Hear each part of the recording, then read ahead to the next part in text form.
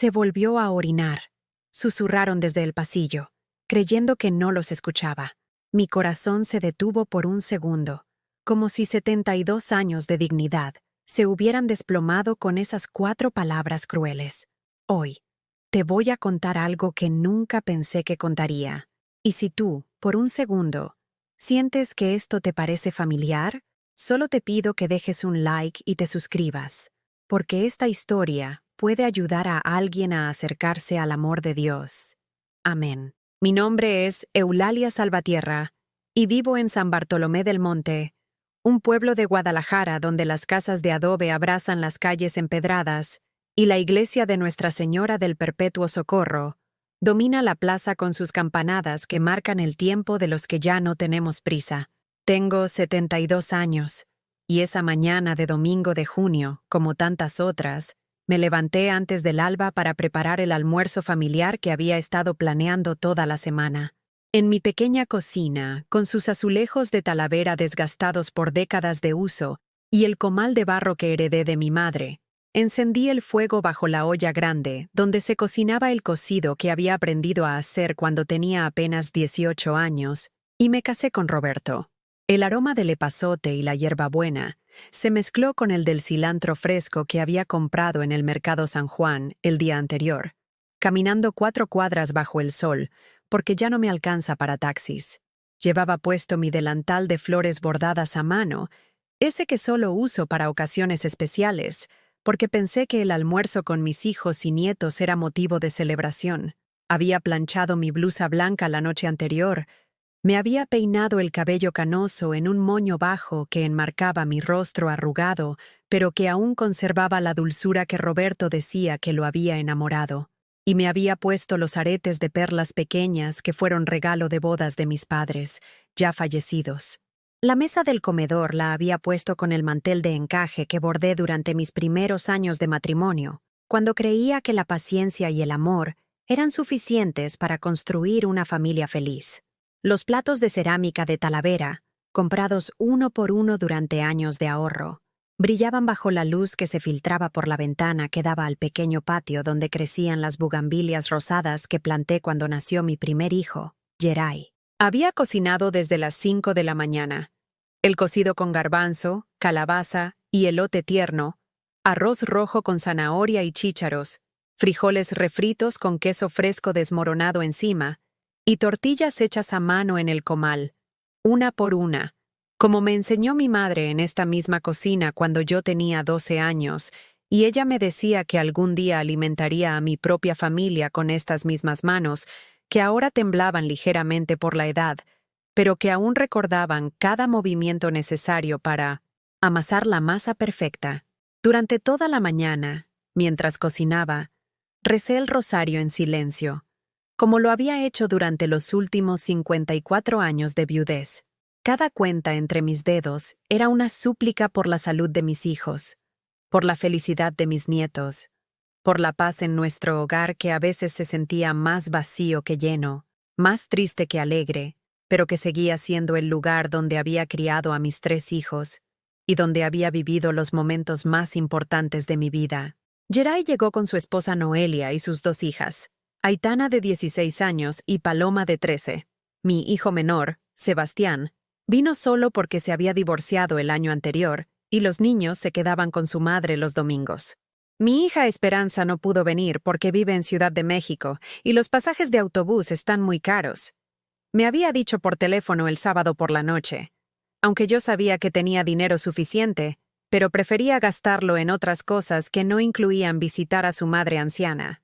El almuerzo transcurrió con la normalidad de las comidas familiares, donde las conversaciones se limitan a comentarios superficiales sobre el trabajo, la escuela de las niñas, el precio de la gasolina y los chismes del pueblo. Yo servía, recogía platos, traía más tortillas calientes, llenaba los vasos de agua de Jamaica que había preparado con el azúcar, justa para que no quedara ni muy dulce ni muy amarga, y sonreía cada vez que alguien elogiaba la comida, sintiendo que esos pequeños reconocimientos justificaban las horas de preparación y el dinero de mi pensión que había gastado en ingredientes que me podría haber ahorrado comiendo sola arroz con frijoles, como hacía el resto de la semana. Después del almuerzo, mientras Noelia y las niñas se sentaron en la sala a revisar sus teléfonos celulares, y Geray y Sebastián discutían sobre el partido de fútbol que habían visto la noche anterior, yo comencé a recoger la mesa y lavar los platos en el fregadero de cemento que Roberto había construido hace décadas y que nunca habíamos podido cambiar por uno más moderno porque siempre había gastos más urgentes. Los uniformes escolares de los niños, las medicinas de Roberto cuando se enfermó, las reparaciones de la casa que se caía a pedazos lentamente, como yo.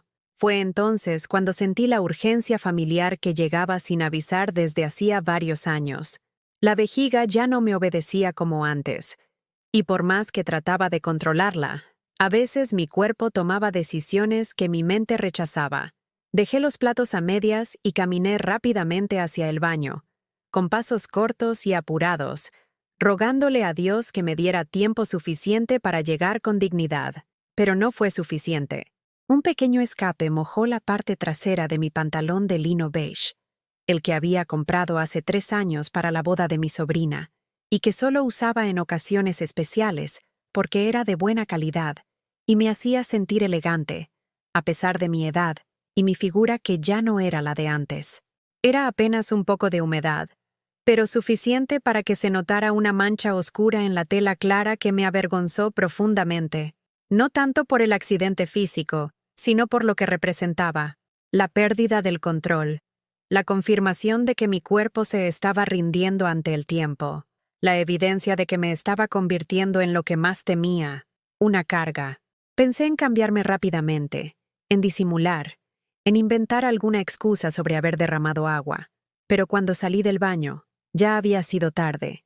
Desde el pasillo que conectaba el baño con la sala, escuché la voz de Noelia, mi nuera de 38 años que siempre había sido amable conmigo en mi cara, pero que ahora, creyendo que no podía oírla, le susurraba a Aitana, mi nieta mayor. Se volvió a orinar, otra vez. ¡Ay, Dios mío! ¿Hasta cuándo vamos a seguir aguantando esto? Es que ya no se da cuenta de nada, pobrecita. Las palabras me atravesaron como cuchillos, no solo por su crueldad, sino por la naturalidad con la que fueron pronunciadas, como si fuera normal hablar de mí como si fuera un animal doméstico que había perdido sus modales.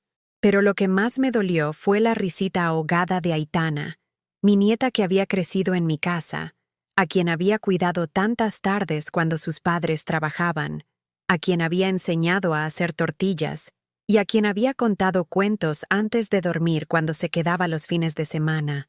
Y luego escuché la voz de Geray, mi hijo mayor, el que había nacido en esta misma casa y a quien había criado con todo mi amor y sacrificio. Ya está mayor, hay que tenerle paciencia, pero sí está empeorando. El otro día se quedó la estufa prendida y ni se acordó. Paciencia. Como si yo fuera un estorbo inevitable, como si mi única función en la vida fuera no molestar, no incomodar, no recordarles que seguía existiendo y que seguía necesitando amor y respeto, no caridad ni compasión condescendiente.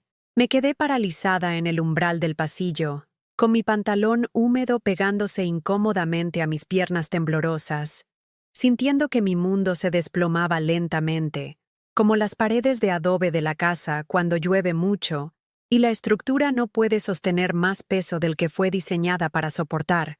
No dije una palabra, no grité, no lloré, no me defendí.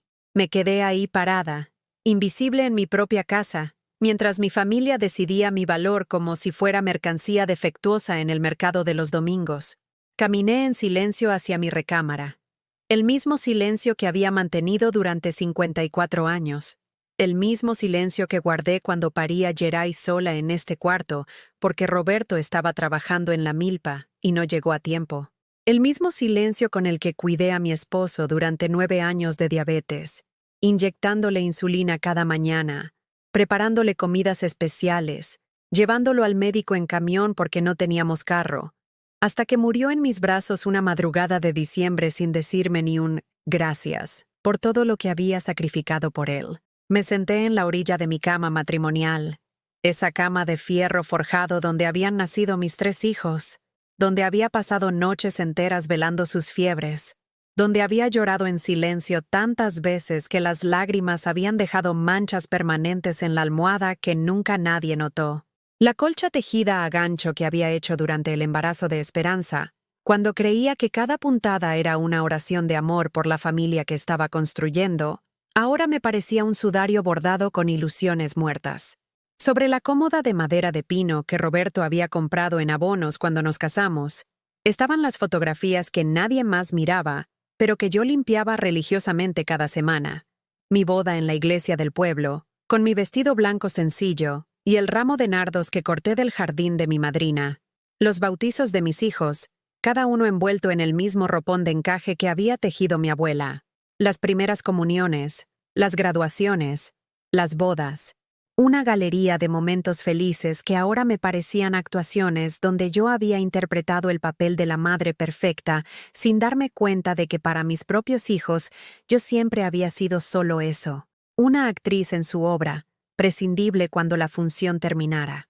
Abrí el cajón superior de la cómoda y saqué mi Biblia, esa que me regaló el padre Miguel en mi confirmación cuando tenía 15 años, y que había sobrevivido a mudanzas, inundaciones, y el tiempo implacable que amarillaba sus páginas, pero no borraba las palabras de esperanza que tanto había necesitado leer durante los momentos más oscuros de mi vida. Las páginas se abrieron automáticamente en el Salmo 27, marcado por décadas de lágrimas. El Señor es mi luz y mi salvación. ¿De quién temeré? El Señor es la fortaleza de mi vida. ¿De quién he de atemorizarme? Pero esa tarde, las palabras se sentían vacías, como promesas incumplidas de un Dios que parecía estar demasiado ocupado para notar el sufrimiento silencioso de una vieja que se orinaba en los pantalones y ya no servía para nada más que para ser tolerada con paciencia cristiana, como si fuera una penitencia que mi familia tenía que cargar por mis pecados. Recordé todos los sacrificios que había hecho por amor, todos los pedazos de mi alma que había entregado creyendo que el amor se demuestra con entrega total, con abnegación completa, con la desaparición gradual de una misma para que otros brillen. Cuando Geray quiso estudiar preparatoria en Guadalajara, vendí mis aretes de oro, los únicos que tenía, para pagarle la colegiatura y los gastos de transporte. Cuando Sebastián se enfermó de neumonía a los 8 años, empeñé mi anillo de matrimonio para pagar los medicamentos y el doctor privado porque en el centro de salud no había antibióticos. Cuando Esperanza se casó, gasté los ahorros de 2 años para hacerle una fiesta digna en el salón social de la iglesia, aunque eso significara que yo comiera frijoles y tortillas durante meses. Y no solo dinero. Les había dado mi juventud quedándome despierta con sus fiebres, mi salud cargándolos en brazos cuando ya no tenía fuerzas, mi tiempo enseñándoles a leer cuando yo misma apenas había terminado la primaria, mi paciencia contestando 1000 veces las mismas preguntas, mi alegría inventando juegos cuando no había dinero para juguetes, mi vanidad cortándome el pelo yo misma para ahorrar el dinero del salón de belleza y comprarles útiles escolares, mi descanso trabajando de lavandera en casas ajenas para que ellos pudieran tener zapatos nuevos para la escuela. Les había enseñado a rezar, los había llevado a misa todos los domingos, les había inculcado valores cristianos de respeto, gratitud y amor al prójimo. Honrarás a tu padre y a tu madre. Les repetía cuando eran pequeños, citando el 4º mandamiento mientras les preparaba el almuerzo o les zurcía la ropa.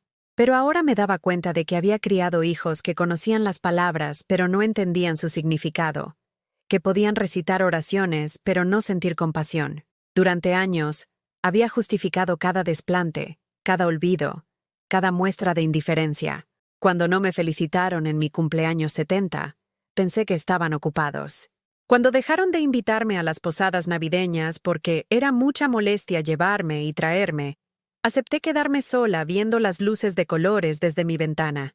Cuando vendieron el terreno que Roberto me había dejado sin consultarme porque Geray necesitaba dinero para el negocio, firmé los papeles sin protestar porque creí que era mi deber ayudar a mi hijo a prosperar, aunque eso significara quedarme sin patrimonio. Cada vez que me dolían las rodillas y pedía que me acompañaran al doctor, escuchaba suspiros de impaciencia. «¿Otra vez, mamá? Pero si fuiste la semana pasada», como si el dolor fuera un capricho, como si la enfermedad fuera una decisión consciente que tomaba para molestar, como si envejecer fuera un acto de rebeldía contra sus comodidades. Cuando se descompuso mi estufa y les pedí ayuda para comprar una nueva, me dijeron que aprendiera a usar la de gas porque era más económica, sin importar que yo no entendía cómo funcionaba, y me daba miedo que se fugara el gas durante la noche. Cuando se rompieron mis lentes y necesitaba otros nuevos, Noelia me sugirió que usara unos de aumento que vendían en la farmacia, porque para lo que tienes que leer, te van a servir igual. Cuando mi televisor viejo se descompuso, me dijeron que no necesitaba otro porque nada más veía programas tontos de comadres. Cada diminuto humillación había sido endulzada con frases que sonaban a cariño, pero que escondían fastidio. «Ay, mamá, no te preocupes por eso. No te agüites, ya estás grande. Es que ya no entiendes cómo funcionan las cosas ahora». Y yo, como una tonta, había interpretado esas palabras como protección, como cuidado, sin darme cuenta de que en realidad eran formas elegantes de decirme que me callara, que me conformara, que aceptara mi lugar de estorbo tolerado. Esa tarde, sentada en mi cama con la Biblia en las manos y el pantalón todavía húmedo recordándome mi humillación, comencé a rezar como no había rezado en años. No las oraciones mecánicas del rosario diario, sino un diálogo desesperado con un Dios que parecía haberme abandonado en mi vejez más vulnerable. «Señor», le dije en voz alta a las paredes agrietadas de mi recámara, «¿por qué me trajiste hasta esta edad para ser tratada como basura? ¿Para qué me diste hijos si iban a avergonzarse de mí? ¿Dónde está la recompensa por una vida de servicio? ¿Dónde está el honor que prometes a quienes honran a sus padres?» Las preguntas salían de mi boca como lamentos, como reproches dirigidos al cielo raso manchado por las goteras del último temporal. Me sentía como Job, pero sin la paciencia de Job, sin la fe inquebrantable de Job. Me sentía como una mujer que había cumplido todos los mandamientos, que había sido esposa obediente, madre sacrificada, cristiana devota, y que al final se encontraba sola, mojada en sus propios orines, siendo objeto de burla de la misma gente por la que había renunciado a todo. Afuera, escuché que se encendía el motor del carro de Geray. Se iban sin despedirse, sin agradecerme la comida, sin preguntar si necesitaba algo, sin notar que no había salido de mi cuarto desde el incidente del baño. La casa se llenó del silencio dominical que conocía tan bien, ese silencio que duraba hasta el próximo domingo, cuando volverían a tolerarme una hora más. 3 días después del domingo de la humillación, desperté con una extraña sensación en el pecho, como si algo se hubiera roto por dentro, pero en lugar de dolor, sintiera una libertad incómoda que no sabía cómo interpretar. Era miércoles por la mañana, y por primera vez en décadas, no tenía ganas de rezar el rosario. Me levanté de la cama sin hacer el persignarme que había sido mi primer gesto cada amanecer durante 70 años. Caminé hasta la cocina, y, en lugar de preparar el desayuno abundante que acostumbraba por si alguno de mis hijos aparecía de visita, me serví únicamente un café negro en la taza desportillada que Roberto usaba antes de morir, la que nadie más quería porque tenía una grieta en el borde, pero que a mí me gustaba, porque me recordaba que las cosas rotas también pueden seguir cumpliendo su propósito. El café sabía amargo, pero era mi amargura, elegida por mí, no la que me habían servido otros con sonrisas falsas y palabras envenenadas. Me senté en la mesa de la cocina, esa misma mesa donde había servido miles de desayunos a mi familia, donde había ayudado con tareas escolares, donde había planchado ropa hasta altas horas para que mis hijos fueran presentables al colegio, y por primera vez la vi como lo que era, una superficie de madera marcada por décadas de servicio no reconocido, rayada por cuchillos que otros habían usado sin cuidado, manchada por derrames que otros habían hecho sin limpiar. Fue entonces cuando sonó el teléfono. Era Esperanza, mi hija que vive en Ciudad de México, y que me llama cada 15 días con la puntualidad de quien cumple una obligación más que de quien siente cariño. Su voz llegaba distorsionada a través de la línea, con ese tono apurado de las personas que tienen cosas más importantes que hacer, pero que dedican 5 minutos a tranquilizar su conciencia. «Mamá, ¿cómo estás? Te hablo rápido porque voy saliendo al trabajo, pero Geray me contó lo que pasó el domingo. Dice que estás muy distraída últimamente, que se te olvidan las cosas, que hasta te... Bueno, ya sabes. Mira, he estado pensando, y creo que sería bueno que consideraras moverte a un lugar donde te cuiden mejor. Hay residencias muy bonitas ahora, con jardines, actividades para la tercera edad, enfermeras las 24 horas. Las palabras de esperanza se convertían en un zumbido lejano, mientras yo miraba por la ventana de la cocina hacia el pequeño patio donde crecían las plantas que había sembrado con mis propias manos. Los geranios rojos que florecían cada primavera, la mata de hierbabuena que usaba para el té de las tardes, el limonero que Roberto plantó cuando nació Sebastián y que ahora daba frutos más amargos que dulces, como mi vida. ¿Mamá? ¿Me escuchas? Te estoy diciendo que podríamos buscar un lugar cerca de aquí, en México. Así yo podría visitarte más seguido. Visitarte más seguido. La misma hija que no había venido a verme en 8 meses, que no estuvo conmigo cuando me operaron de cataratas el año pasado, que no me llamó en mi cumpleaños porque se le olvidó, pero que se acordó de pedirme dinero prestado para el enganche de su carro nuevo 3 semanas después. Esperanza, le dije con una calma que me sorprendió a mí misma. ¿Sabes cuándo fue la última vez que me preguntaste cómo me siento? No cómo estoy de salud, sino cómo me siento por dentro. Se hizo un silencio incómodo al otro lado de la línea. Podía imaginarla revisando su reloj, calculando cuánto tiempo más tendría que dedicar a esta conversación inesperadamente complicada. Mamá, ¿qué te pasa? Estás muy rara. Mira, mejor hablamos después, ¿sí? Tengo una junta importante y no puedo llegar tarde. Pero piensa en lo que te dije de la residencia, ¿ok? Es por tu bien. Colgó antes de que yo pudiera responder. Me quedé sosteniendo el teléfono, escuchando el tono de línea ocupada que sonaba como un lamento electrónico, como el llanto de todas las conversaciones que nunca habíamos tenido, de todas las preguntas que nunca me había hecho, de todo el amor que yo había dado sin recibir a cambio más que la certeza de que cuando ya no fuera útil, sería desechada con la eficiencia de quien tira un electrodoméstico que ya no sirve. Esa tarde decidí hacer algo que no había hecho en años. Salir de la casa sin rumbo fijo, sin propósito específico, sin pedir permiso ni dar explicaciones a nadie. Me puse mi vestido azul marino, el que guardaba para ocasiones especiales pero que nunca usaba porque las ocasiones especiales habían dejado de incluirme, y caminé por las calles empedradas de San Bartolomé hasta llegar a la plaza principal, donde los comerciantes cerraban sus puestos del mercado vespertino y los viejos se sentaban en las bancas de hierro forjado a ver pasar la vida que ya no los incluía. Don Aurelio, que había sido amigo de Roberto y que ahora vendía dulces típicos en un carrito bajo la sombra de los laureles, me saludó con genuina sorpresa. Doña Eulalia, qué gusto verla por aquí. Hacía mucho que no la miraba en la plaza. ¿Cómo está? La pregunta, hecha con sinceridad, me desarmó completamente.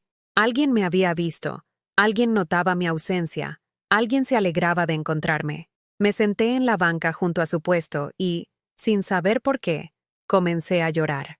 No el llanto silencioso al que estaba acostumbrada, sino lágrimas abundantes que brotaban como agua de un manantial que hubiera estado represado demasiado tiempo. Don Aurelio no me hizo preguntas incómodas, ni me ofreció consejos que no había pedido. Simplemente me alcanzó un pañuelo limpio que olía a canela, y se quedó ahí, en silencio respetuoso, mientras yo lloraba 72 años de cansancio acumulado. Don Aurelio, le dije cuando pude hablar, ¿usted cree que Dios se olvida de las personas cuando se vuelven viejas e inútiles? El hombre, que debía tener mi misma edad, y cuyo rostro curtido por el sol mostraba las marcas de una vida de trabajo honesto, me miró con ojos que habían visto suficiente sufrimiento como para entender el mío sin necesidad de explicaciones.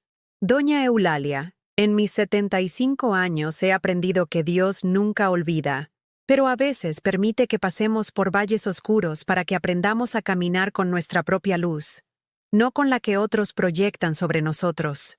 Sus palabras me llegaron como bálsamo a una herida que no sabía que tenía. Compré un dulce de leche que no necesitaba, y regresé a casa con pasos más ligeros, sintiendo que algo había cambiado en mí durante esa conversación de 5 minutos, con un extraño que me había tratado con más dignidad que mi propia familia. Esa noche, después de cenar mi simple quesadilla con salsa verde, decidí hacer algo que no hacía desde la muerte de Roberto.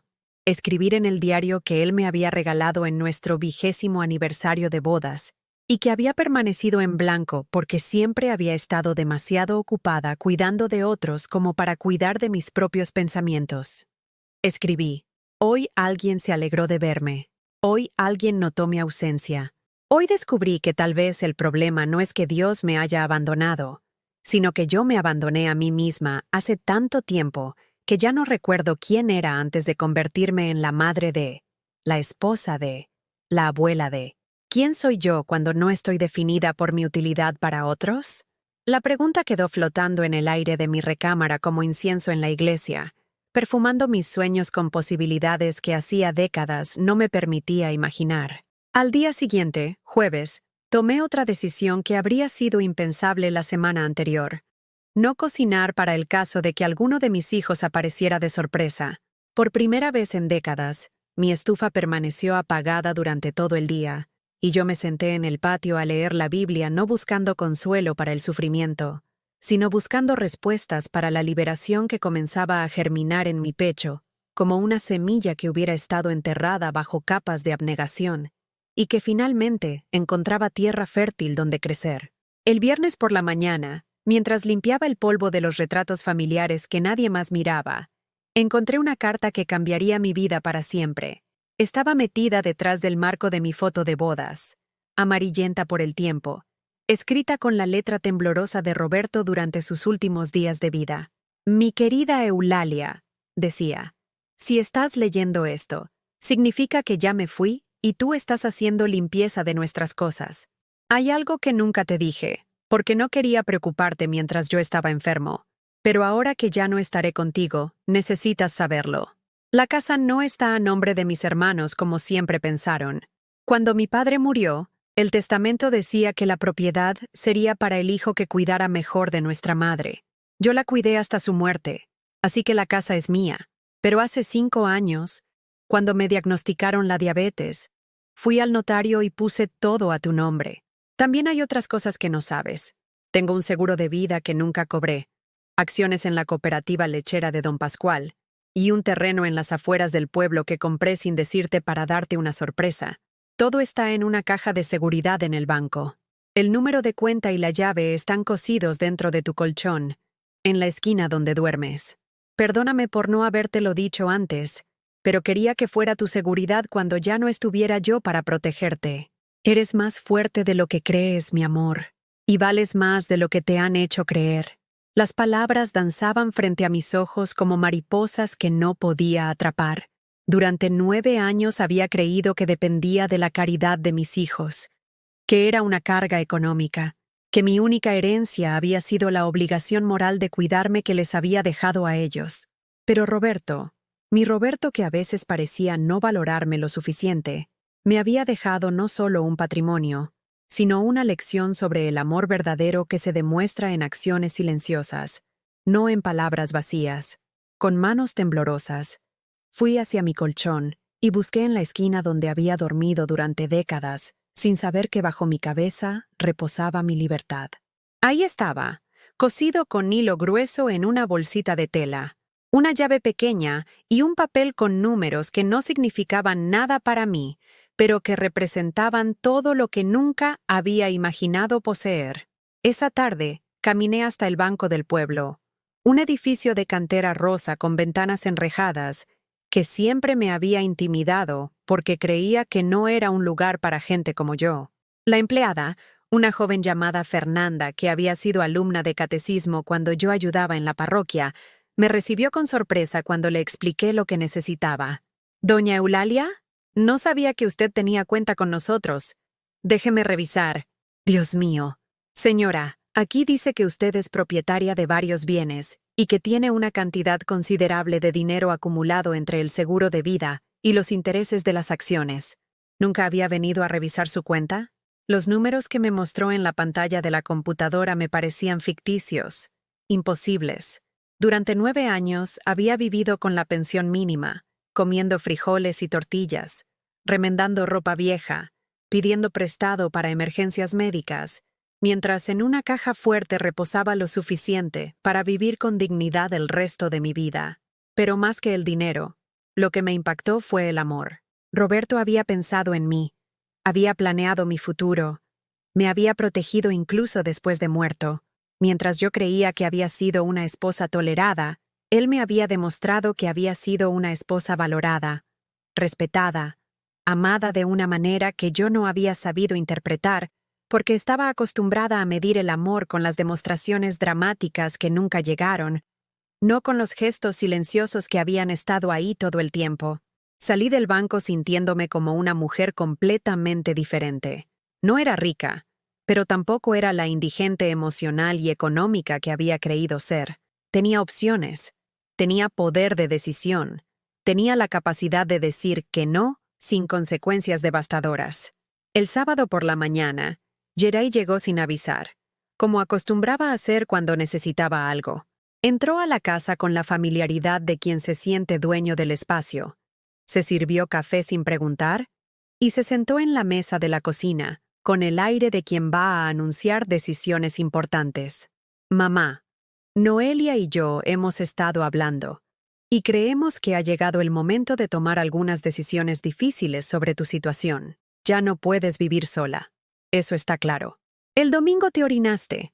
Ayer la vecina me dijo que te vio caminando por la plaza llorando. Y Esperanza me contó que cuando le habló el miércoles le contestaste muy raro, como confundida.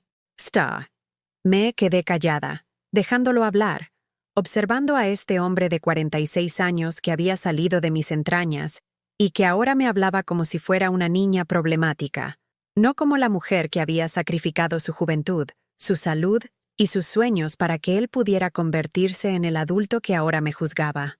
Hemos estado viendo opciones, continuó, sacando unos folletos de residencias geriátricas de su bolsa, y encontramos un lugar muy bueno en Guadalajara. Se llama Jardines del Atardecer. Tiene jardines bonitos, actividades para la tercera edad, enfermeras las 24 horas. Y lo mejor de todo es que acepta la pensión como pago, así que no sería una carga económica para nosotros. La frase «no sería una carga económica para nosotros» resonó en mis oídos como una bofetada. Durante décadas había sido útil, cocinando, cuidando nietos, prestando dinero que nunca me devolvían, regalando lo que no tenía. Ahora que ya no era útil, la solución era deshacerse de mí de la manera más conveniente para ellos. «¿Geray?», le dije con una calma que me sorprendió. «¿Tú sabes cuántas veces te cambié los pañales cuando eras bebé?». La pregunta lo descolocó. Esperaba lágrimas, súplicas, resignación. No esperaba que le recordara que él también había sido vulnerable, que él también había dependido completamente de mi cuidado. «Mamá, ¿qué tiene que ver eso con lo que estamos hablando?». «Tiene que ver con que nunca se me ocurrió llevarte a una guardería porque te orinabas, o porque llorabas mucho, o porque no me dejabas dormir. Tiene que ver con que el amor no se mide por la comodidad que nos da la persona amada, sino por cuánto estamos dispuestos a incomodarnos por ella». Geray frunció el ceño, molesto porque la conversación no estaba tomando el rumbo que había planeado. Revisó su reloj, el gesto universal de las personas que tienen cosas más importantes que hacer que lidiar con sentimientos complicados. «Mamá, no hagas esto más difícil de lo que ya es. Sabemos que es duro, pero es lo mejor para todos. Tú vas a estar mejor cuidada, nosotros vamos a estar más tranquilos y se van a librar de la carga». Terminé la frase por él. «No es una carga, es que, bueno, sí es difícil. Noelia trabaja, yo trabajo, las niñas tienen sus actividades. No tenemos tiempo para estar pendientes de ti las 24 horas. Y tú necesitas supervisión constante. Supervisión constante. Como si fuera una criminal en libertad condicional, no como la madre que había trabajado 2 empleos para que él pudiera estudiar la preparatoria, que había vendido sus joyas para pagar su fiesta de 15 años a la novia que se casó con él, que había hipotecado esta misma casa para prestarle dinero cuando quiso poner su taller mecánico. «Geray», le dije levantándome de la mesa, «quiero que sepas algo.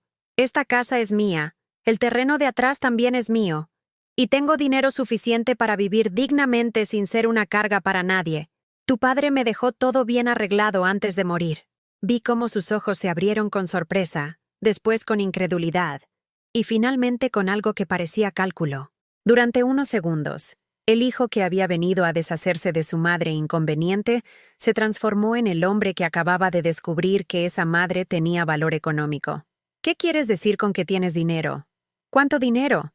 ¿Por qué nunca nos dijiste? ¿Dónde está? Las preguntas salían atropelladas de su boca, ya no con el tono condescendiente de quien maneja a una anciana confundida, sino con la urgencia de quien acaba de descubrir una oportunidad de negocio. Quiero decir, respondí con una sonrisa que hacía años no sentía, que ya no necesito que me tengan paciencia. Ahora ustedes van a necesitar que yo se las tenga a ustedes. Geray se quedó callado durante varios minutos, procesando la información que acababa de recibir. Vi cómo su cerebro trabajaba a toda velocidad, recalculando la situación, replanteando estrategias. La madre inútil que había venido a desechar se había transformado súbitamente en la madre valiosa que necesitaba conservar cerca. «Mamá», dijo finalmente con una sonrisa que no llegaba a sus ojos. «¿Por qué no me habías contado esto antes? Podríamos haber manejado mejor tus finanzas, invertir ese dinero, hacerlo crecer. Yo sé de negocios, podría ayudarte a...» «No», le dije. Fue la primera vez en 72 años que le decía no a uno de mis hijos de manera tan directa, sin explicaciones, sin justificaciones, sin disculpas. La palabra salió de mi boca como un disparo, limpia y definitiva. Geray parpadeó varias veces, como si no hubiera entendido correctamente. «¿Cómo que no, mamá? Solo te estoy ofreciendo ayuda para que...»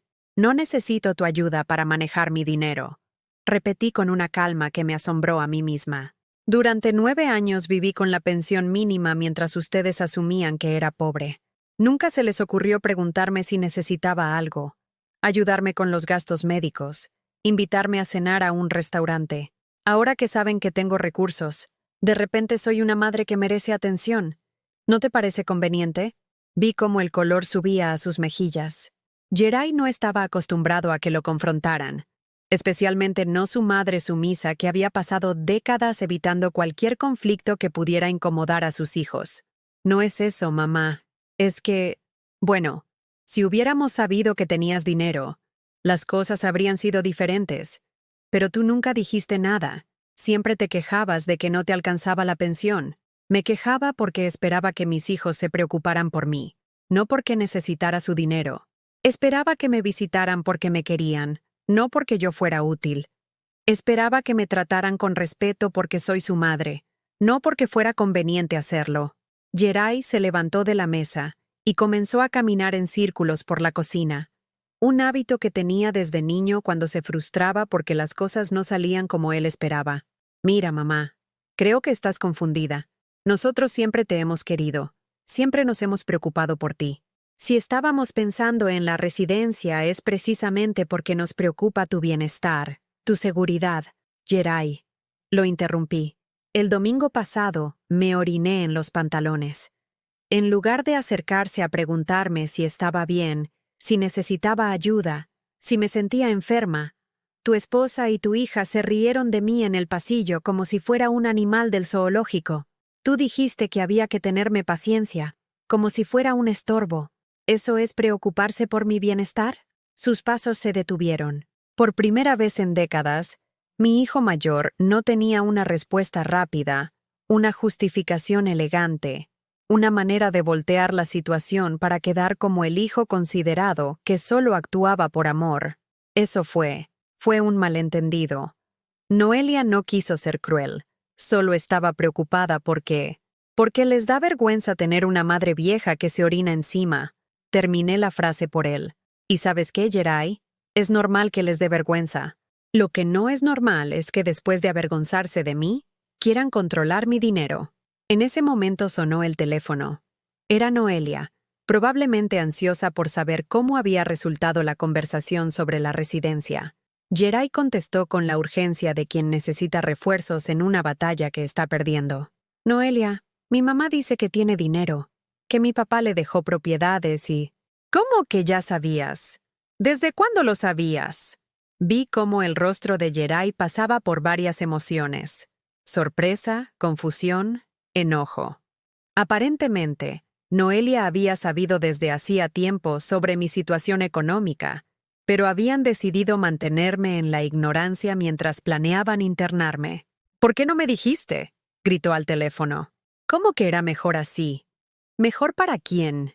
Colgó el teléfono con violencia y me miró con una mezcla de enojo y desesperación que nunca había visto en su rostro. Mi esposa sabía que tenías dinero.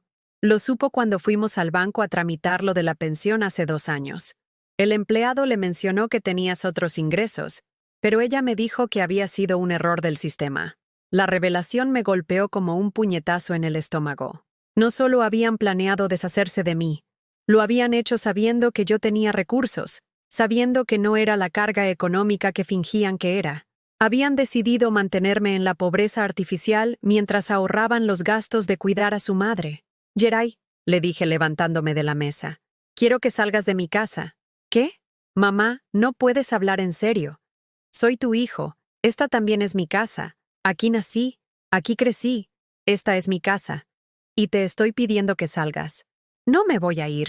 Tú estás mal de la cabeza si crees que voy a permitir que una vieja terca y confundida tome decisiones sobre propiedades que van a ser nuestras algún día. Ahí estaba la verdad. Finalmente, no era su madre, era la obstáculo temporal entre ellos y su herencia. No era la mujer que los había criado con amor, era la propietaria inconveniente de bienes que ellos ya consideraban suyos. Muy bien, le dije con una tranquilidad que me sorprendió. Entonces mañana voy a ir al notario a hacer un testamento. Y te aseguro que después de esta conversación, va a ser muy diferente al que había pensado hacer. Esa amenaza lo calmó inmediatamente. Se sentó de nuevo en la mesa y cambió su tono agresivo por uno conciliador. Mamá, no tienes por qué hacer nada precipitado. Estamos alterados. Los dos dijimos cosas que no queríamos decir. Mejor hablamos mañana cuando estemos más calmados. No, repetí. Mañana voy al notario. Y el lunes voy al banco a cambiar todas las cuentas para que nadie más tenga acceso a ellas. Y la próxima semana voy a hablar con un abogado sobre qué opciones legales tengo cuando descubro que mi familia me ha estado mintiendo sobre mi propia situación económica. Geray me miró con una expresión que nunca había visto antes. Ya no era el hijo que trataba a su madre como una niña tonta. Era un hombre que acababa de descubrir que la mujer que había subestimado durante décadas tenía más poder del que él había imaginado, y que estaba dispuesta a usarlo. Mamá, por favor, seamos razonables. Somos familia. Las familias no se lastiman por dinero. Tienes razón, le dije caminando hacia la puerta de la casa. Las familias no se lastiman por dinero. Pero ustedes ya me lastimaron por mucho menos que dinero. Me lastimaron por conveniencia, por comodidad, por la simple molestia que les representaba tener que cuidar a su madre. Abrí la puerta de entrada y me quedé ahí parada, esperando. Geray, sal de mi casa. Y dile a tu esposa que si quiere hablar conmigo, que venga ella misma a disculparse por haberme mentido durante 2 años. Mi hijo mayor, el hombre que había salido de mis entrañas 46 años atrás, me miró durante un largo momento. Creo que en ese instante se dio cuenta de que la madre que había conocido toda su vida ya no existía. En su lugar estaba una mujer que había descubierto su propio valor y que estaba dispuesta a defenderlo. Salió sin decir una palabra más. Cerré la puerta detrás de él y me recargué contra ella, sintiendo que mis piernas temblaban no de debilidad, sino de la adrenalina de haber peleado por mí misma por primera vez en décadas. Esa noche cené quesadillas con salsa verde sentada en mi mesa, pero no fueron quesadillas de resignación, fueron quesadillas de celebración. Por primera vez en años, tenía apetito. Antes de dormir, me arrodillé junto a mi cama y recé, pero no fue la oración sumisa de costumbre. Señor, dije en voz alta, gracias por darme fuerzas para defenderme. Gracias por enseñarme que el amor propio no es pecado, es supervivencia. Y gracias por mostrarme que nunca es demasiado tarde para aprender a decir no. Dormí profundamente por primera vez en meses. El lunes por la mañana, después de una semana que había cambiado mi vida para siempre, Desperté sin el peso familiar en el pecho que había cargado durante décadas. Por primera vez en años, me levanté con ganas de vivir el día, no solo de sobrevivirlo. Me vestí con cuidado, eligiendo mi vestido color vino que había guardado en el armario porque Noelia una vez comentó que los colores oscuros envejecían. Ese día quería verme mayor. Quería que mi edad fuera visible como una medalla de honor, no como una disculpa. Me peiné el cabello canoso sin intentar esconder las canas. Me puse los aretes de perlas que Roberto me había regalado y salí de mi casa con la dignidad de una reina que finalmente había reclamado su trono. Mi primera parada fue la notaría del licenciado Herrera, un hombre de unos 60 años que había conocido a Roberto y que me recibió con la sorpresa de quien no esperaba verme tomando decisiones legales importantes. Cuando le expliqué lo que había descubierto sobre mi patrimonio y lo que había pasado con mis hijos, su expresión cambió de sorpresa cordial a indignación profesional. Doña Eulalia, me dijo después de revisar todos los documentos que Roberto había dejado organizados, usted es propietaria de bienes considerables. Esta casa, el terreno de atrás, las acciones en la cooperativa, el seguro de vida cobrado. Según mis cálculos, su patrimonio asciende a más de 2 millones de pesos. ¿Me está diciendo que durante 2 años su familia le permitió vivir solo con la pensión mínima sabiendo esto? Asentí, sintiendo una mezcla de vergüenza y liberación al escuchar las cifras. 2 millones de pesos. Dinero suficiente para vivir con dignidad el resto de mis años. Para viajar si quería. Para ayudar a quien yo quisiera ayudar. Para ser generosa por elección, no por obligación. Quiero hacer un testamento, le dije con firmeza. Y quiero proteger mis bienes para que nadie pueda manipularme o engañarme nunca más. El licenciado Herrera me explicó varias opciones legales. Podía crear un fideicomiso que me garantizara ingresos mensuales sin que nadie más tuviera acceso al capital. Podía establecer condiciones específicas para cualquier herencia futura. Podía incluso donar parte de mis bienes en vida a instituciones de caridad, reduciendo así las expectativas de herencia que claramente estaban motivando el comportamiento de mis hijos. ¿Qué me recomienda, licenciado? Le recomiendo que viva, doña Eulalia, que use su dinero para su felicidad, su comodidad, su paz, que sea generosa con quien se porte bien con usted, y firme con quien no lo haga, y que recuerde que el mejor testamento es una vida bien vivida.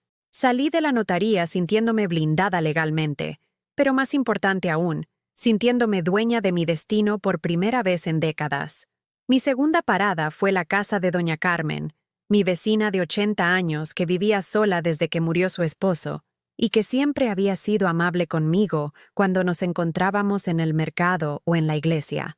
Toqué a su puerta con una determinación nueva. Cuando me abrió, con su delantal floreado y su sonrisa genuina, me di cuenta de que había estado tan absorta en la dinámica tóxica con mi familia, que había ignorado las amistades potenciales que tenía a mi alrededor. Eulalia, ¡qué sorpresa tan bonita! Pasa, pasa. Acabo de hacer café de olla. Nos sentamos en su pequeña sala, decorada con fotografías de sus nietos que sí la visitaban, que sí la querían, que sí la incluían en sus vidas. Mientras tomábamos café endulzado con canela y piloncillo, le conté todo lo que había pasado durante la semana. Doña Carmen me escuchó sin juzgar, asintiendo con la sabiduría de quien había vivido lo suficiente para entender que las familias no siempre son los refugios de amor que se supone que deberían ser. «Mija», me dijo al final, usando el diminutivo cariñoso que hacía años nadie usaba conmigo. Yo pasé por algo parecido hace 10 años. Mis hijos querían vender mi casa y llevarme a vivir con ellos, pero yo sabía que era para controlar mi pensión y quedarse con el dinero de la venta. ¿Sabes qué hice? La miré con curiosidad, sintiendo que estaba a punto de recibir un consejo valioso. Me fui de viaje. Me apunté en un grupo de la tercera edad que organiza excursiones. Conocí gente nueva, vi lugares que nunca había visto. Cuando regresé, mis hijos habían entendido el mensaje, que su madre todavía estaba viva, todavía tenía ganas de vivir, y que no se iba a dejar arrinconar como un mueble viejo. La idea de viajar jamás se me había ocurrido. Durante décadas, mis únicas salidas habían sido al mercado, a la iglesia, al centro de salud. Nunca había considerado que podía usar mi dinero para explorar el mundo, para conocer lugares nuevos, para tener experiencias que fueran solo mías. ¿Crees que a mi edad todavía se puede empezar a viajar? Doña Carmen se rió con ganas, una risa contagiosa que me hizo sentir décadas más joven. Mija, a nuestra edad es cuando más se debe viajar. Ya no tenemos que pedir permisos, ya no tenemos que cuidar niños pequeños, ya no tenemos que ahorrar cada peso para gastos familiares. Es nuestro momento. Esa tarde, doña Carmen me acompañó a la agencia de viajes que estaba en la plaza principal. Nunca había entrado a un lugar así, y me sorprendió descubrir que había paquetes especialmente diseñados para adultos mayores. Viajes a playas tranquilas, recorridos culturales por ciudades coloniales, peregrinaciones a santuarios religiosos. Me interesa este, dije señalando un folleto sobre un viaje a Guadalajara, San Juan de los Lagos y Real de 14, un recorrido espiritual de 5 días. La empleada, una joven llamada Sofía que me trató con respeto genuino, me explicó todos los detalles. Hoteles cómodos, transporte en autobús de lujo, comidas incluidas, guías especializados. El precio era considerable, pero por primera vez en mi vida, tenía dinero que era verdaderamente mío para gastarlo en lo que me diera felicidad. ¿Cuándo sale el próximo grupo? El viernes de esta semana, señora. ¿Le interesa separar su lugar? Miré a doña Carmen, que me sonrió con complicidad maternal. Separe 2 lugares, dije sin pensarlo 2 veces. Ella viene conmigo. El miércoles por la tarde, mientras empacaba mi maleta pequeña con la emoción de una adolescente que va a su primer viaje escolar, sonó el teléfono. Era Esperanza, llamando desde Ciudad de México, con la voz alterada de quien acaba de recibir noticias preocupantes. Mamá, Geray me contó lo que pasó. Dice que estás muy confundida, que estás tomando decisiones irracionales, que amenazaste con cambiar tu testamento. Esperanza, la interrumpí con calma. No estoy confundida. Por primera vez en años, estoy pensando con claridad. Y sí, ya cambié mi testamento. Mamá, no puedes hacer eso. Somos tu familia, tenemos derechos. Tienen el derecho de tratarme con respeto y amor. Pero ese derecho se perdió cuando decidieron mantenerme en la ignorancia sobre mis propios bienes, mientras planeaban internarme para deshacerse de mí. Eso no es cierto. Nadie quería deshacerse de ti. Solo queríamos lo mejor para... Esperanza, el viernes me voy de viaje. Voy a estar fuera 5 días, conociendo lugares nuevos, haciendo cosas que nunca había hecho. Cuando regrese, si quieres tener una conversación honesta sobre nuestra relación, estaré dispuesta a escucharte. Pero si solo llamas para reclamarme por decisiones que finalmente estoy tomando por mí misma, mejor no llames. Se hizo un silencio largo al otro lado de la línea. Podía imaginar a Esperanza procesando el hecho de que su madre sumisa se había transformado en una mujer que ponía condiciones, que establecía límites, que ya no aceptaba maltrato emocional disfrazado de preocupación familiar. Mamá, por favor, no hagas nada precipitado. Podemos hablar, podemos arreglar las cosas. Las cosas ya están arregladas, mija. Por primera vez en décadas, están arregladas exactamente como yo quiero que estén. Colgué el teléfono y seguí empacando. En mi maleta puse el vestido azul que me había comprado para la boda de mi sobrina, los zapatos cómodos que había estado guardando para ocasiones especiales, y mi Biblia de tapas gastadas. Pero esta vez no la empacaba para buscar consuelo en el sufrimiento, sino para dar gracias por la liberación. Esa noche, antes de dormir, me arrodillé junto a mi cama y recé con el corazón lleno de gratitud. Señor, gracias por enseñarme que tu amor no significa que debo permitir que otros me maltraten. Gracias por mostrarme que el respeto por mí misma es también una forma de respetarte a ti, porque soy tu hija amada. Y gracias por darme una segunda oportunidad de vivir con dignidad en los años que me quedan. Amén. Por primera vez en décadas, me dormí sonriendo. El viaje cambió mi vida de maneras que nunca imaginé. Durante 5 días recorrí santuarios. Conocí gente maravillosa. Reí con desconocidos que se convirtieron en amigos. Y descubrí que a los 72 años todavía podía sorprenderme a mí misma. En San Juan de los Lagos, mientras caminaba hacia la basílica junto a doña Carmen y otros peregrinos, Me detuve frente a una tienda de ropa que exhibía en su aparador unos pantalones blancos inmaculados. ¿Qué miras, Eulalia?, me preguntó doña Carmen. «Esos pantalones», le dije, señalando la prenda que brillaba bajo el sol como una metáfora hecha tela.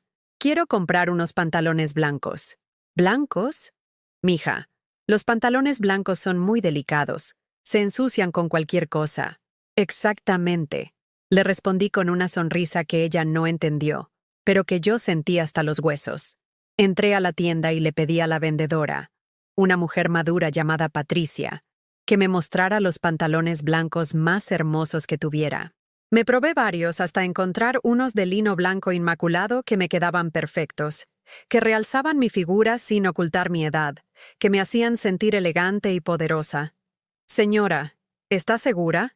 El blanco es muy difícil de mantener, y a nuestra edad, bueno, a veces tenemos pequeños accidentes. Precisamente por eso los quiero blancos», le dije, entregándole el dinero sin regatear. «Si me voy a orinar encima, que se note. Ya no me voy a esconder». Patricia me miró con una mezcla de sorpresa y admiración que me hizo sentir como si acabara de pronunciar la declaración de independencia más importante de mi vida.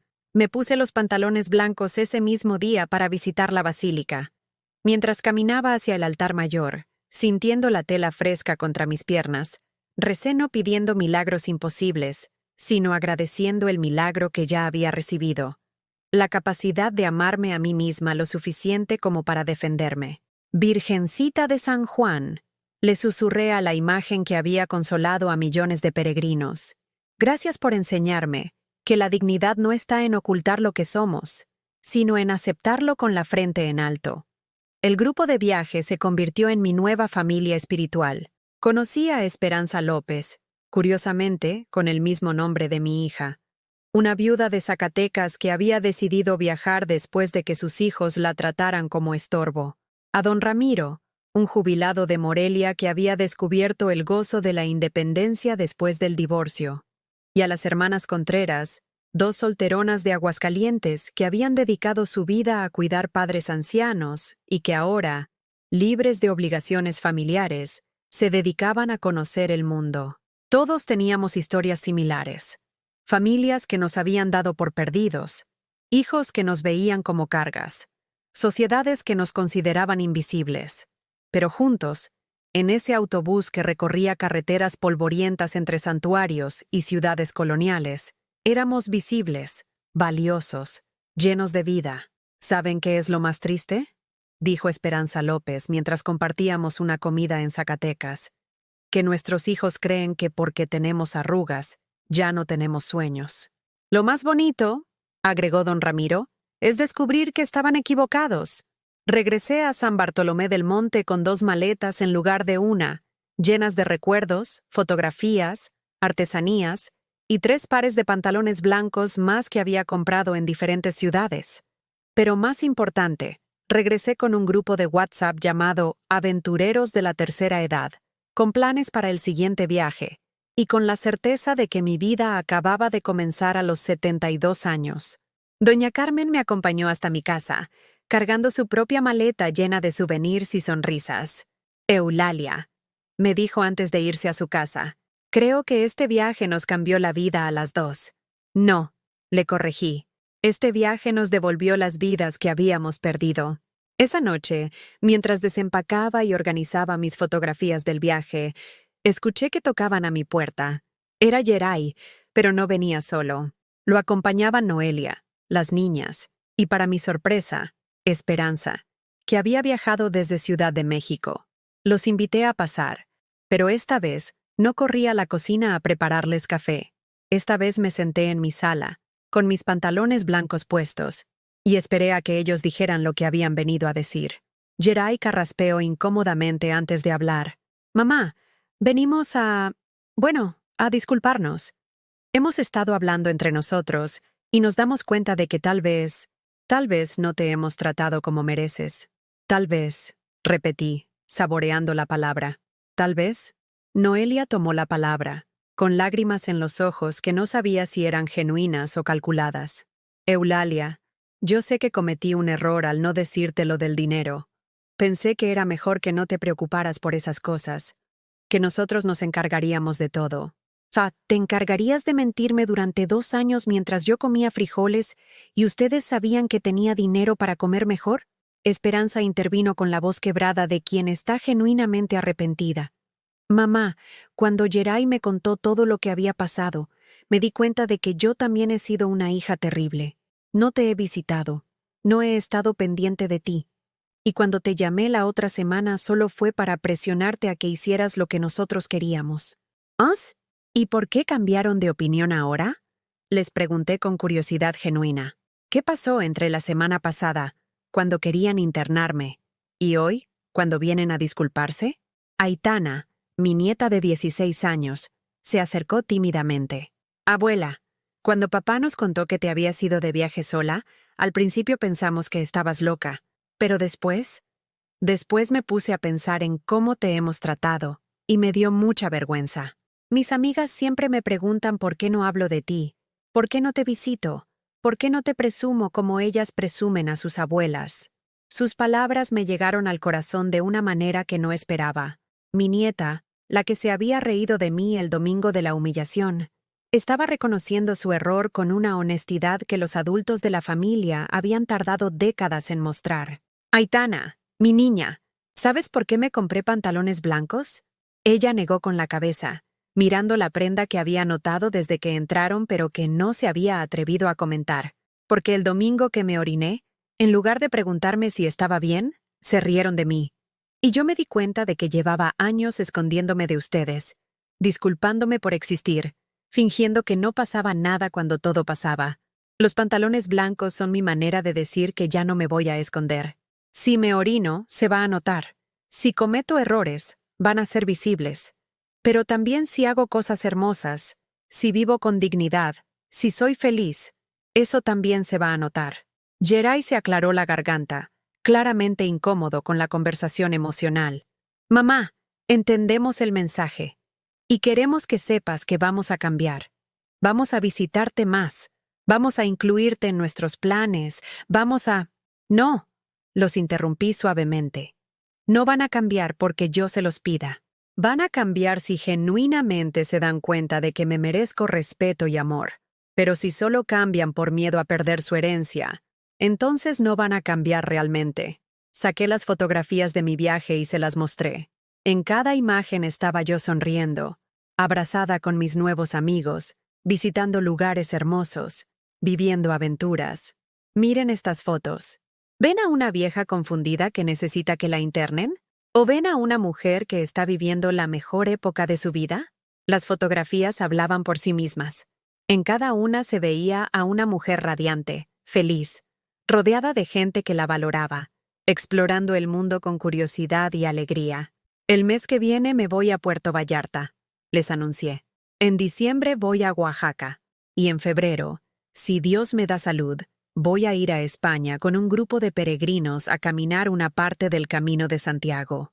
Vi sus rostros de sorpresa, de incredulidad, de respeto involuntario. «Mamá», dijo Esperanza con genuina admiración, ¿te ves? Te ves feliz. Te ves como no te había visto en años. Me veo como me veía antes de convencerme de que mi valor dependía de lo útil que fuera para otros.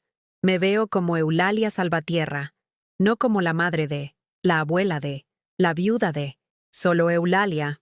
Les serví café, pero esta vez no porque fuera mi obligación, sino porque quise hacerlo. Y mientras conversábamos, con una dinámica completamente diferente a la de semanas anteriores, me di cuenta de que el milagro no había sido encontrar dinero o descubrir mi valor. El milagro había sido aprender a ponerme pantalones blancos. Señor Jesucristo, recé en silencio mientras veía a mi familia tratarme con respeto por primera vez en décadas. Gracias por enseñarme que tu amor por mí es incondicional y que por eso yo también debo amarme incondicionalmente. Amén. 6 meses después de aquella tarde de domingo que cambió mi vida para siempre, me despierto cada mañana en mi casa de San Bartolomé del Monte, con una sensación que había olvidado que existía, la emoción de estar viva. Son las 6 de la mañana, y el sol de enero se filtra por las ventanas de mi recámara iluminando las fotografías de mis viajes que ahora cubren la pared, donde antes solo había retratos familiares que nadie miraba. Ahí están las imágenes de Puerto Vallarta, donde aprendí a nadar en el mar a los 72 años. Las de Oaxaca, donde bailé son istmeño en la plaza central, mientras los músicos tocaban y la gente aplaudía. Y mi favorita, una foto mía en Santiago de Compostela, con mis pantalones blancos y una sonrisa que irradiaba la paz de quien ha encontrado su camino. Me levanto sin prisa, porque ya no tengo que correr a complacer a nadie más que a mí misma. Me pongo mi bata de algodón y camino descalza hasta la cocina, donde preparo mi café de olla con canela. No porque alguien vaya a venir a visitarme, sino porque me gusta el ritual de cuidarme a mí misma con los pequeños lujos que durante décadas reservé solo para otros. Mientras el café hierve, reviso los mensajes del grupo Aventureros de la Tercera Edad. Don Ramiro envió fotos de su viaje a Chiapas. Las hermanas Contreras están planeando un recorrido por los pueblos mágicos de Puebla, y Esperanza López me pregunta si me animo a acompañarla a Cuba en marzo. La respuesta es sí. Siempre es sí. A mi edad he aprendido que la vida se vive diciendo sí a las aventuras y no a las personas que quieren limitarte. Desayuno en mi mesa de la cocina, pero ya no es la mesa del sacrificio donde serví miles de comidas sin reconocimiento. Ahora es mi mesa, donde leo el periódico, donde escribo en mi diario, donde planeo mis próximos viajes, donde converso por teléfono con mis nuevos amigos que me llaman porque genuinamente quieren saber cómo estoy, no porque necesiten algo de mí. A las 9 suena el timbre. Es Aitana, mi nieta, que ha desarrollado la costumbre de visitarme los sábados por la mañana. Pero ya no viene acompañada de padres que la obligan, viene sola, por elección propia, y trae consigo historias de la preparatoria, dudas sobre el futuro y preguntas sobre la vida que solo puede hacerle a una abuela que ha aprendido a vivir auténticamente. «Abuela, ¿puedes enseñarme a hacer café de olla como tú lo haces?», me pregunta mientras se sienta en la mesa de la cocina, con la naturalidad de quien se siente bienvenida. «Claro, mi niña. Pero primero cuéntame, ¿cómo va todo en la escuela?». Mientras le enseño a calcular las proporciones exactas de canela y piloncillo, Aitana me cuenta sobre sus amigas, sobre un muchacho que le gusta, sobre sus planes de estudiar veterinaria porque quiere cuidar animales como yo aprendí a cuidarme a mí misma, con paciencia, amor y respeto. «Abuela», me dice mientras revolvemos el café que empieza a desprender su aroma dulce, «mis amigas dicen que tienes la abuela más cool de todo San Bartolomé. Dicen que eres famosa por tus pantalones blancos y tus viajes». Me río con ganas, porque la fama que tengo ahora es muy diferente a la invisibilidad que cargué durante décadas. En el pueblo me conocen como la señora Eulalia de los pantalones blancos, la viuda que decidió vivir en lugar de solo sobrevivir, la mujer que se fue de viaje sola y regresó transformada, la abuela que enseña con el ejemplo que nunca es demasiado tarde para reinventarse. ¿Y tú qué opinas, Aitana? ¿Te da pena tener una abuela que se orina en pantalones blancos para que todo el mundo lo vea? Mi nieta me mira con una seriedad que me sorprende. Me da orgullo, abuela. Me da orgullo tener una abuela que no se esconde, que no pide disculpas por existir, que vive como quiere vivir. Y me da orgullo contarles a mis amigas que mi abuela me está enseñando que las mujeres podemos ser valientes a cualquier edad. Sus palabras me llegan al corazón como una bendición inesperada. Durante meses me pregunté si mi cambio había sido demasiado radical, si había sido egoísta al priorizar mi felicidad sobre la comodidad de mi familia. Pero escuchando a mi nieta, entiendo que la mejor herencia que puedo dejarle no es dinero ni propiedades, sino el ejemplo de una mujer que aprendió a valorarse a sí misma. Después de que Aitana se va, prometiendo regresar el próximo sábado para que le enseñe a hacer quesadillas, me preparo para mi actividad favorita de los sábados, la visita al asilo Jardines del Atardecer, donde, irónicamente, mis hijos querían internarme. Pero no voy como interna, voy como voluntaria. Hace 3 meses, usando parte de mi patrimonio, establecí un programa llamado Dignidad Dorada, que lleva actividades recreativas, clases de manualidades y sesiones de cuentacuentos a los ancianos que sí tuvieron que aceptar el asilo como su hogar.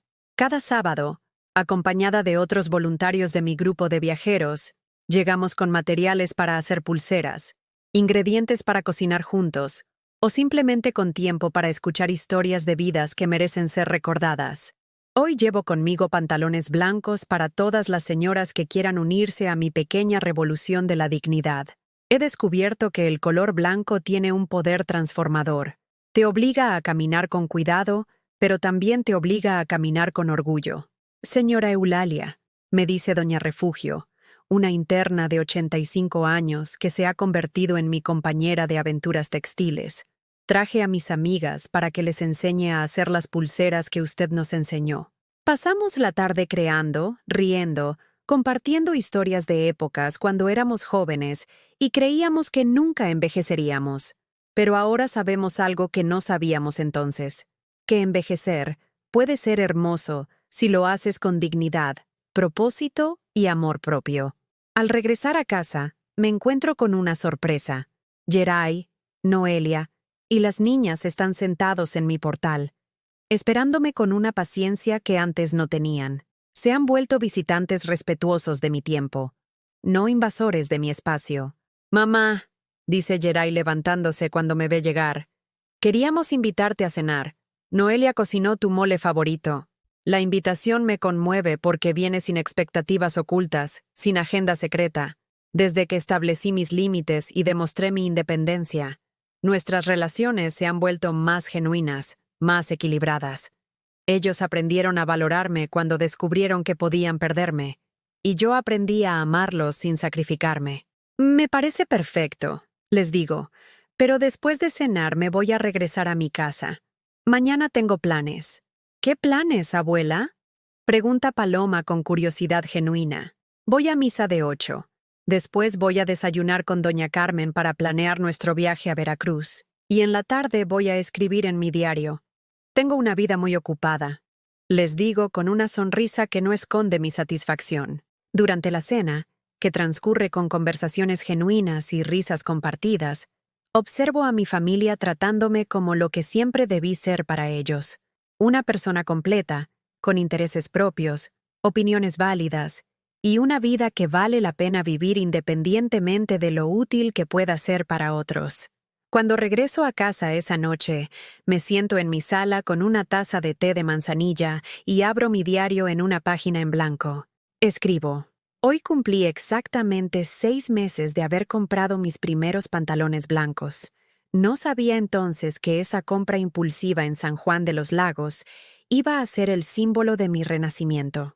Los pantalones blancos me enseñaron que la vulnerabilidad puede ser poder cuando se abraza con valentía, que la imperfección puede ser hermosa cuando se vive con autenticidad y que nunca es demasiado tarde para decidir ser quien realmente eres. Cierro el diario y me dirijo a mi recámara. Antes de dormir, como cada noche durante los últimos 6 meses, me arrodillo junto a mi cama y rezo. Señor Jesús, gracias por enseñarme que tu amor por mí no depende de lo que yo haga por otros, sino de quien soy para ti, tu hija amada. Gracias por darme fuerzas para respetarme a mí misma como tú me respetas. Y gracias por mostrarme que los milagros a veces vienen disfrazados de pantalones blancos. Amén. Me acuesto entre mis sábanas limpias, en mi casa que huele a café de olla y a las flores del jardín que ahora cuido porque me da placer, no porque sea mi obligación. Mañana será otro día de aventuras pequeñas y grandes, de amistades genuinas, de decisiones tomadas por amor propio, no por miedo al rechazo. Soy Eulalia Salvatierra. Tengo 73 años. Uso pantalones blancos. Y finalmente sé quién soy cuando nadie me está mirando. Una mujer libre, digna y profundamente amada por Dios. Y ahora quiero preguntarte algo. ¿Has vivido alguna vez una situación parecida, donde tuviste que aprender a valorarte a ti mismo? ¿O conoces a alguien que haya pasado por algo así? ¿Cómo la fe los ayudó a salir adelante? Cuéntamelo en los comentarios. Si esta historia te tocó el corazón, déjame tu like y suscríbete al canal para que este mensaje llegue a alguien más que necesite escucharlo. Que Dios bendiga a todos los que han pasado por algo así. En el nombre de Jesús. Amén.